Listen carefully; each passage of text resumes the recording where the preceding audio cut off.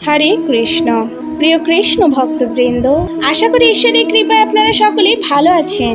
আজও আমি আপনাদের মাঝে উপস্থিত হয়েছি আরও নতুন একটি শিক্ষণীয় কাহিনী আপনাদের শ্রবণ করানোর উদ্দেশ্যে। তো আসুন শ্রবণ করা যাক। রাধে রাধে।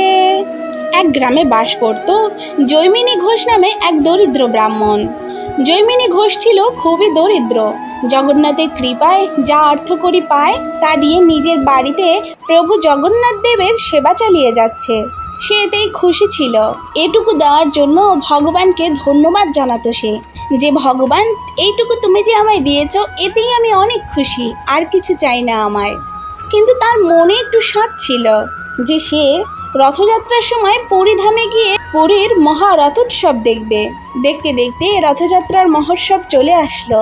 জৈমিনী ঘোষের খুব ইচ্ছে হলো পুরীধামে রথযাত্রা মহোৎসবে যেতে, কিন্তু কিভাবে পরিভ্রমণের ব্যয়ভার বহন করবেন চিন্তা করতে করতে জৈমিনী ঘোষ নিজের বাড়ির মন্দিরের বাইরে ঘুমিয়ে পড়লেন। যখন তার ঘুম ভাঙল, পরম আশ্চর্য হয়ে জৈমিনী দেখলেন যে তিনি পুরীধামে রয়েছেন, আর সেখানে তখন রথযাত্রা উৎসব চলছে। তিনি ভক্ত সমাগমে আনন্দমুখর সেই রথযাত্রায় বেশ কয়েকদিন আনন্দ করে কাটালেন। কিন্তু তার পিতামাতার কথা ভেবে তিনি খুবই উদ্বিগ্ন হয়ে পড়লেন।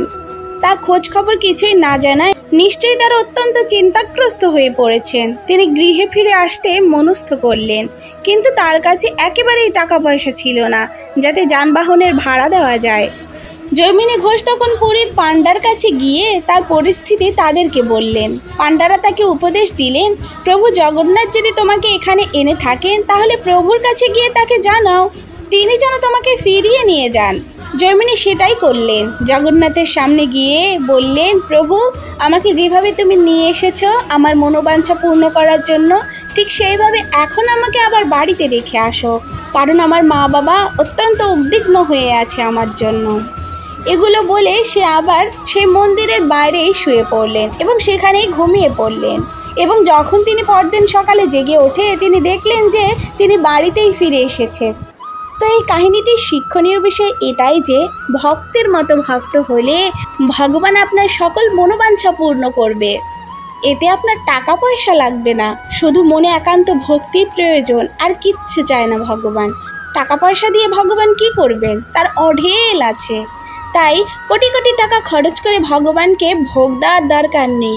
মনে ভক্তি রেখে যদি একটু জল তুলসীও দিতে পারেন, তাতেই সে অনেক খুশি, এবং তিনি খুশি হয়ে আপনার যত মনোবাঞ্ছা আছে সকল কিছু পূর্ণ করে দেওয়ার ক্ষমতা রাখেন। তাই অন্য কারো কাছে হাত পাতবেন না, একমাত্র ভগবানের কাছে শরণাপন্ন হন। তার কাছে সরল মনে কিছু চেয়ে দেখুন না আপনাকে দেয় কিনা। আজ সেই দিন উপস্থিত হয়েছে। আজ রথযাত্রা, সেই মহোৎসবের দিন। পুরীধাম আজকে কতই না আনন্দমুখর হয়ে উঠেছে ভগবানকে নিয়ে।